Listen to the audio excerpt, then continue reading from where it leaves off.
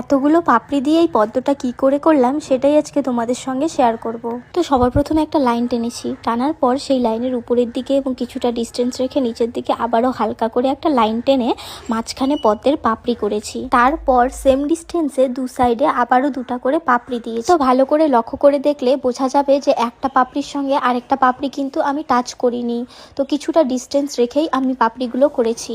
তো ওপরের পদ্মের পাপড়িগুলো কমপ্লিট করে নিয়ে অপোজিট দিকে আমি আবারও পদ্মের পাপড়ি করে দিয়েছি, আর দু সাইডে যে ফাঁকা জায়গাটুকু ছিল সেটাতেও পাপড়ি করে দিয়েছি। তারপর প্রত্যেকটা পাপড়ির মাঝখানের দিকে আবারও ছোট ছোট করে পাপড়ি করে দিয়েছি।